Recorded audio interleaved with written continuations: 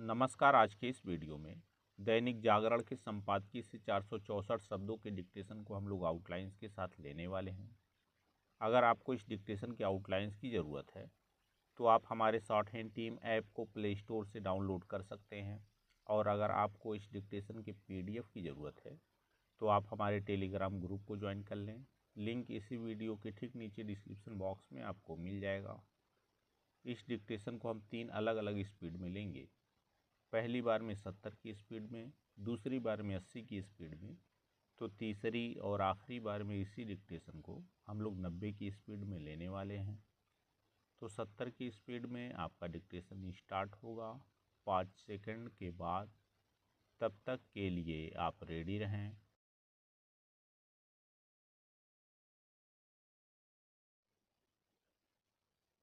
Start. यह दुर्भाग्यपूर्ण है कि लोकसभा में नेता विपक्ष राहुल गांधी के झूठ का पर्दाफाश करने के लिए सेना को आगे आकर यह स्पष्ट करना पड़ा कि उनके इस दावे में कोई दम नहीं कि बलिदानी अग्निवीर अजय सिंह के स्वजनों को किसी तरह की क्षतिपूर्ति नहीं की गई है। हालांकि राहुल गांधी के इस झूठे दावे का रक्षा मंत्री राजनाथ सिंह ने लोकसभा में उसी समय खंडन कर दिया था जब उन्होंने कहा था कि अग्निवीरों के स्वजनों को किसी तरह का मुआवजा नहीं दिया जाता, लेकिन उनकी सेहत पर कोई असर नहीं पड़ा और वह अपने झूठ पर अड़े रहे। राहुल गांधी ने अपने झूठ को सच की शक्ल देने के लिए ही अग्निवीर अजय सिंह के पिता के पुराने बयान का हवाला देते हुए इसी पर जोर दिया कि उन्हें कोई पैसा नहीं मिला है। आखिरकार सेना को यह साफ करना पड़ा कि उनके परिवार वालों के बैंक खातों में इसी वर्ष फरवरी और जून में क्रमशः 50 और 48 लाख रुपए जमा करा दिए गए थे। होना तो यह चाहिए था कि रक्षा मंत्री के बयान के बाद इस प्रकरण पर राहुल गांधी कुछ कहने से पहले वस्तु स्थिति पता कर लेते, लेकिन उन्होंने ऐसा करने की कोई ज़रूरत नहीं समझी। हैरानी नहीं कि इसलिए ना समझी हो क्योंकि वह झूठ बोलने के आदी हो गए हैं। वह राफेल विमान सौदे को लेकर भी झूठ बोले थे। हालांकि उन्हें सुप्रीम कोर्ट में माफ़ी मांगनी पड़ी थी, लेकिन उन्होंने चेतने से इनकार किया। पैरा। राहुल गांधी लोकसभा में नेता विपक्ष भले ही बन गए हों, लेकिन वह इस पद की महत्ता समझने को तैयार नहीं। कायदे से देश को जानबूझकर गुमराह करने और साथ ही अग्निवीरों एवं उनके परिवार वालों का मनोबल गिराने की कोशिश पर उनके खिलाफ कोई कार्रवाई होनी चाहिए। लेकिन यदि ऐसी कोई पहल होती है तो कांग्रेस और उसके सहयोगी दलों के नेता यह दुष्प्रचार करते हुए आसमान सिर पर उठा लेंगे कि बोलने की आज़ादी पर हमला किया जा रहा है। यदि अभिव्यक्ति की स्वतंत्रता के नाम पर जानबूझकर झूठ बोला जाएगा तो इससे लोकतंत्र के समक्ष गंभीर खतरे ही पैदा होंगे।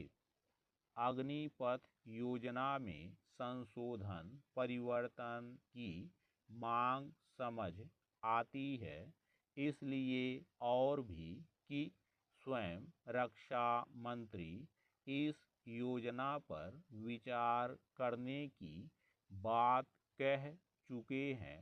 लेकिन इसका यह अर्थ नहीं कि उसे लेकर जानबूझकर झूठ फैलाया जाए और सेना की छवि खराब की जाए। दुर्भाग्य से राहुल गांधी ऐसा ही कर रहे हैं। अच्छा हो कि कोई उन्हें बताए कि रक्षा सुरक्षा के मामले में झूठ की राजनीति का सहारा लेना गैर जिम्मेदारी की पराकाष्ठा है। यदि राजनीति के इस लोकतंत्र घाती चलन को रोका नहीं गया तो राहुल गांधी जैसे नेता संकीर्ण स्वार्थों को सिद्ध करने के लिए छल कपट और झूठ का सहारा लेने के मामले में किसी भी हद तक जा सकते हैं। स्टॉप।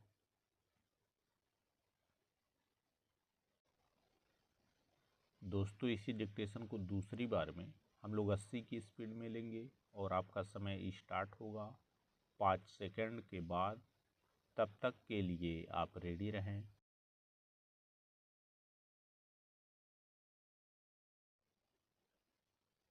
स्टार्ट।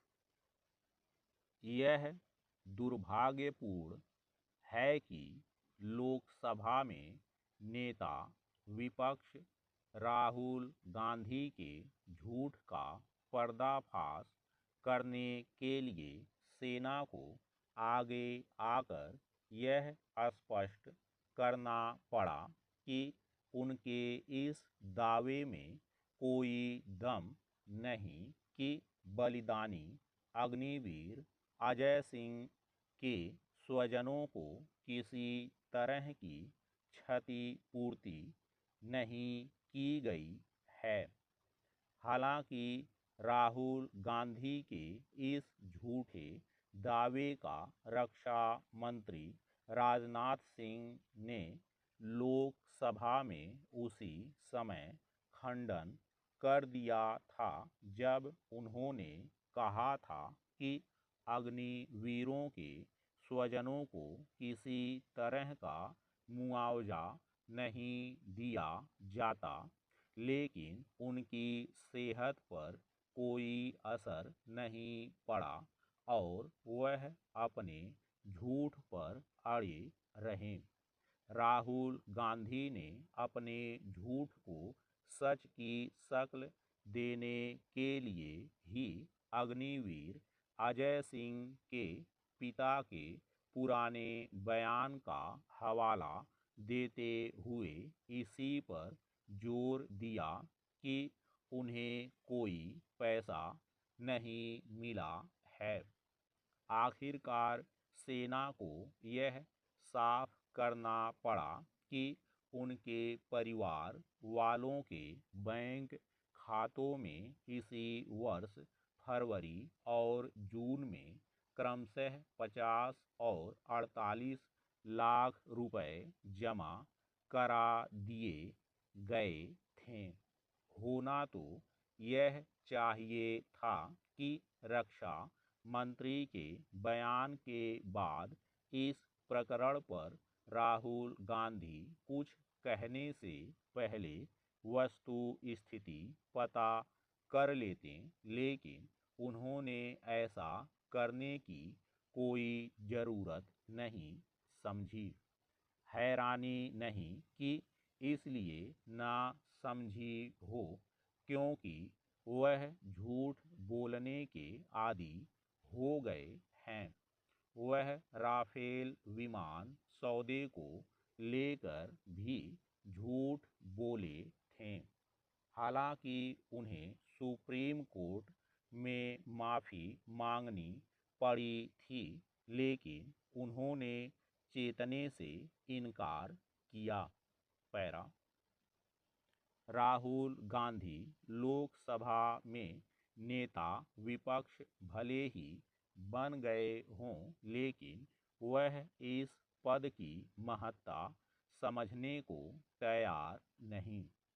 कायदे से देश को जानबूझकर गुमराह करने और साथ ही अग्निवीरों एवं उनके परिवार वालों का मनोबल गिराने की कोशिश पर उनके खिलाफ कोई कार्रवाई होनी चाहिए। लेकिन यदि ऐसी कोई पहल होती है तो कांग्रेस और उसके सहयोगी दलों के नेता यह दुष्प्रचार करते हुए आसमान सिर पर उठा लेंगे कि बोलने की आज़ादी पर हमला किया जा रहा है।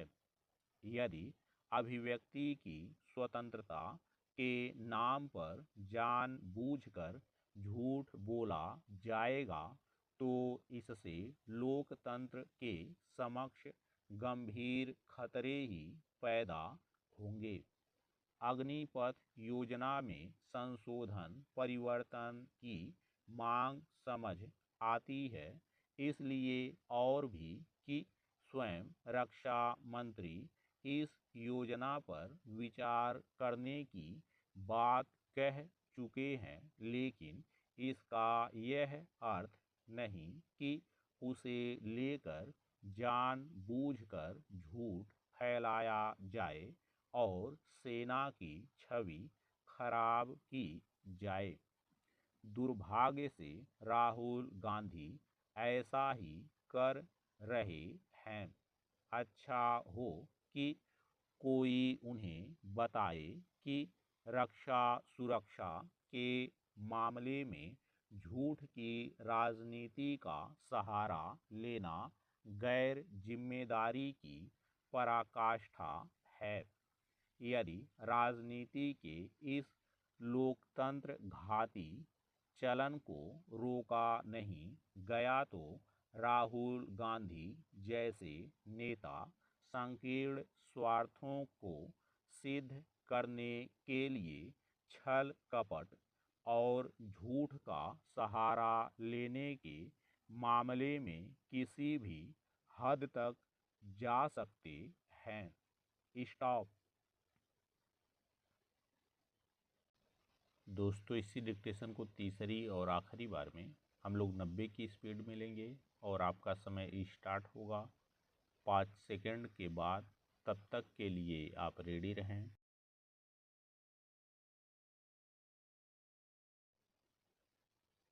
स्टार्ट। यह दुर्भाग्यपूर्ण है कि लोकसभा में नेता विपक्ष राहुल गांधी के झूठ का पर्दाफाश करने के लिए सेना को आगे आकर यह स्पष्ट करना पड़ा कि उनके इस दावे में कोई दम नहीं कि बलिदानी अग्निवीर अजय सिंह के स्वजनों को किसी तरह की क्षतिपूर्ति नहीं की गई है। हालांकि राहुल गांधी के इस झूठे दावे का रक्षा मंत्री राजनाथ सिंह ने लोकसभा में उसी समय खंडन कर दिया था जब उन्होंने कहा था कि अग्निवीरों के स्वजनों को किसी तरह का मुआवजा नहीं दिया जाता, लेकिन उनकी सेहत पर कोई असर नहीं पड़ा और वह अपने झूठ पर अड़े रहे। राहुल गांधी ने अपने झूठ को सच की शक्ल देने के लिए ही अग्निवीर अजय सिंह के पिता के पुराने बयान का हवाला देते हुए इसी पर जोर दिया कि उन्हें कोई पैसा नहीं मिला है। आखिरकार सेना को यह साफ करना पड़ा कि उनके परिवार वालों के बैंक खातों में इसी वर्ष फरवरी और जून में क्रमशः 50 और 48 लाख रुपए जमा करा दिए गए थे। होना तो यह चाहिए था कि रक्षा मंत्री के बयान के बाद इस प्रकरण पर राहुल गांधी कुछ कहने से पहले वस्तु स्थिति पता कर लेते, लेकिन उन्होंने ऐसा करने की कोई ज़रूरत नहीं समझी। हैरानी नहीं कि इसलिए ना समझी हो, क्योंकि वह झूठ बोलने के आदी हो गए हैं। वह राफेल विमान सौदे को लेकर भी झूठ बोले थे। हालांकि उन्हें सुप्रीम कोर्ट में माफ़ी मांगनी पड़ी थी, लेकिन उन्होंने चेतने से इनकार किया। पैरा राहुल गांधी लोकसभा में नेता विपक्ष भले ही बन गए हों, लेकिन वह इस पद की महत्ता समझने को तैयार नहीं। कायदे से देश को जानबूझकर गुमराह करने और साथ ही अग्निवीरों एवं उनके परिवार वालों का मनोबल गिराने की कोशिश पर उनके खिलाफ कोई कार्रवाई होनी चाहिए, लेकिन यदि ऐसी कोई पहल होती है तो कांग्रेस और उसके सहयोगी दलों के नेता यह दुष्प्रचार करते हुए आसमान सिर पर उठा लेंगे कि बोलने की आज़ादी पर हमला किया जा रहा है। यदि अभिव्यक्ति की स्वतंत्रता के नाम पर जानबूझकर झूठ बोला जाएगा तो इससे लोकतंत्र के समक्ष गंभीर खतरे ही पैदा होंगे। अग्निपथ योजना में संशोधन परिवर्तन की मांग समझ आती है, इसलिए और भी कि स्वयं रक्षा मंत्री इस योजना पर विचार करने की बात कह चुके हैं, लेकिन इसका यह अर्थ नहीं कि उसे लेकर जानबूझकर झूठ फैलाया जाए और सेना की छवि खराब की जाए। दुर्भाग्य से राहुल गांधी ऐसा ही कर रहे हैं। अच्छा हो कि कोई उन्हें बताए कि रक्षा सुरक्षा के मामले में झूठ की राजनीति का सहारा लेना गैर जिम्मेदारी की पराकाष्ठा है। यदि राजनीति के इस लोकतंत्र घाती चलन को रोका नहीं गया तो राहुल गांधी जैसे नेता संकीर्ण स्वार्थों को सिद्ध करने के लिए छल कपट और झूठ का सहारा लेने के मामले में किसी भी हद तक जा सकते हैं। स्टॉप।